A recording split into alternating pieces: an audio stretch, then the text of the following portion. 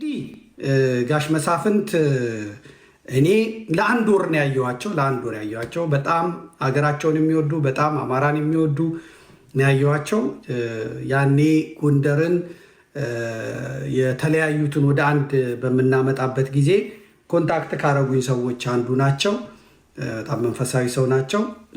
ህዝባቸውን ሀገራቸውን ይወዳሉ እና ትላንት ጋሽ መሳፍንት ሲናገሩ አይቻልም። ይሄ የዲሞክራሲ አንዱ ልምምድ ይሄ ነው። የዲሞክራሲ አንዱ ልምምድ የሰው ልጅ የፋብሪካ ዕቃ አይደለም። ጋሽ መሳፍንት መቃወም መብታቸው ነው። ማዕረይ መቃወም መብቱ ነው። ዘመነ መቃወም መብቱ ነው እና ምሬ ወዳጆ እነ ደሳለኝ ማንም በዚህ ሂደት ውስጥ ያሉ ሰዎች በቃ የአንዱን ተቀብለው ይሂዱ ማለት አይደለም። የአማራ ፋኖን ትግል የማይደግፉ ሰዎች፣ አማራ መታገል የለበትም የሚሉ ሰዎች፣ የወልቃይት የሰሊጥ ነጋዴዎች ጋሽ መሳፍንትን ብሽቅጥ አድርገው ሲሰድቡ የከረሙ ሰዎች ዛሬ ጋሽ መሳፍንት እኔ ያልገባኝ ነገር አለ ብለው ጥያቄ ስለጠየቁ የጋሽ መሳፍንት ደጋፊ ሆነው መጥተው ዋይ ዋይ ሲሉ እናያለን። የለጠፏቸውን ልጥፎች በሙሉ አይቻልም። ጋሽ መሳፍንት መጀመሪያ የለጠፉት ልጥፍ ይገርማቸዋል። ዋርኒንግ ሊሰጠኝ ስለሚችል ታብታብ አድርጉት። ይችን ቆርጠዋታል። ለምን? እነ ፓስተር ምስጋናው እንድትታይ ስላልፈለጉ ማለት ነው። ግን ጋሽ መሳፍንት ያደረጉትን እንመልከት። ላሳያችሁ ወይ? ጋሽ መሳፍንት ያደረጉትን ላሳያችሁ። ሁሉም እሸቱ ገጠሬ ቆርጧታል። አቀንጭራው ማን ነው ስሙ? ማን ነው? ሰሜን ጎጃሞችን የሚጠላው ማን ነው? ባህር ዳር ነው ያደገው። ያሳደገችው ባህር ዳር ናት። ማን ነው? አያሌው መንበር።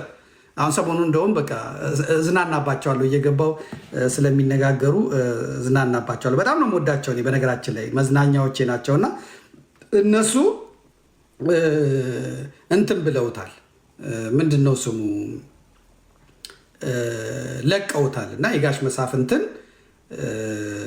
ሲጀምሩ ያለውን አላደረጉም። እኔ ላሳያችሁ ነው። እነሱ ጋሽ መሳፍንት ሲናገሩ ነው የጀመሩት። ጋሽ መሳፍንት ግን ሲጀምሩ እስኪ ንገሩኝ አንድ ጊዜ ላሳያችሁ። እነ ፓስተር ምስጋናው ቆርጠው ነው ያወጡት። ሌሎቹም ቆርጠው ነው ያወጡት። እነ እሸቱ ገጠሬ ቆርጠው ነው ያወጡት። ምክንያቱም ጎንደር ላይ ያለው ጸረ ኦርቶዶክስ ኃይል ነው። ጎንደር ላይ ያለው ጸረ አማራ ኃይል ነው። ጎንደር ላይ ያለው የአብይ አህመድ ብልጽግና ኃይል ነው። እኛ ጎንደሬንን ብለው በጎንደር ስም የሚነግዱት ማለት ነው። ጋሽ መሳፍንት ግን ሲጀምሩ ክርስቲያን ናቸውና ይኸው ተመልከቱ። ልብ ብላችሁ ተመልከቱ። በስመ አብ ወወልድ ወመንፈስ ቅዱስ አሐዱ አምላክ በቅድስተ ሥላሴ። በስመ አብ ወወልድ ወመንፈስ ቅዱስ አሐዱ አምላክ በቅድስተ ሥላሴ። በስመ አብ ወወልድ ወመንፈስ ቅዱስ አሐዱ አምላክ በቅድስተ ሥላሴ። ጤና ይስጥልኝ ለኢትዮጵያ ሕዝብና ለአማራ ሕዝብ። በቴሌቪዥን ነው ማሳያችሁ። መስቀላቸውን አድርገው ይሄን መስቀል መሳፍንት ባዘዙ አይወደው። ይሄን መስቀል አያሌው መንበር አይወደው። ይሄን መስቀል እሸቱ ገጠሬው አይወደው። ይሄን መስቀል ሳሚ ቃኛ አይወደው። ይሄን መስቀል ሳሚ ማለት ሲያ አይወደው። ይሄን መስቀል ስኳድ አይወደው። ይሄን መስቀል ቅማንት የፖለቲካው ቅማንት የትግሬ ዲቃላው አይወደው። ይሄን መስቀል ቢአዴን አይወደው። ብልጽግና አይወደው። ጋሽ መሳፍንት ግን በስመ አብ ወወልድ ወመንፈስ ቅዱስ አሐዱ አምላክ አሜን።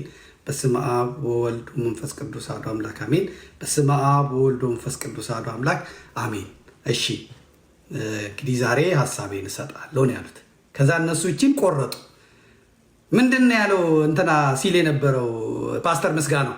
የአማራ ፋኖ እኔን የሚያክል ዳዊት አድርጎ መሄድ እንትን መስቀል አድርጎ መሄድ የለበትም። የአማራ ፋኖ ዳዊት እየደገመ እየጸለየ መዋጋት የለበትም። ዳዊቱን አስቀምጦ መስቀሉን አስቀምጦ መዋጋት አለበት። የአማራ ፋኖ ኃይሉ ጸሎቱ ላይ ነው። የአማራ ፋኖ ድሉ ምስጋና ላይ ነው፣ መስቀሉ ላይ ነው። የአማራ ፋኖ ብርታቱ አማኝ መሆኑ ነው። የአማራ ፋኖ ዱዓ ማድረጉ ነው።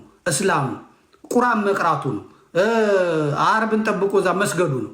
የአማራ ፋኖ አማራው እስላሙ አማራው ክርስቲያኑ ፈጣሪውን አመስግኖ ድልን ስጠኝ፣ ኃይልን ስጠኝ፣ ማሸነፍን ስጠኝ፣ የተበደልኩ ነኝ፣ የተገፋው ነኝ፣ ለሳምሶን የሰጠኸውን፣ ለዳዊት የሰጠኸውን፣ ለሰለሞን የሰጠኸውን ጥበቡን ኃይሉን ስጠኝ ብሎ አመስግኖ እግዚአብሔር አምላኩን አስቀድሞ ነው የሚሄደው።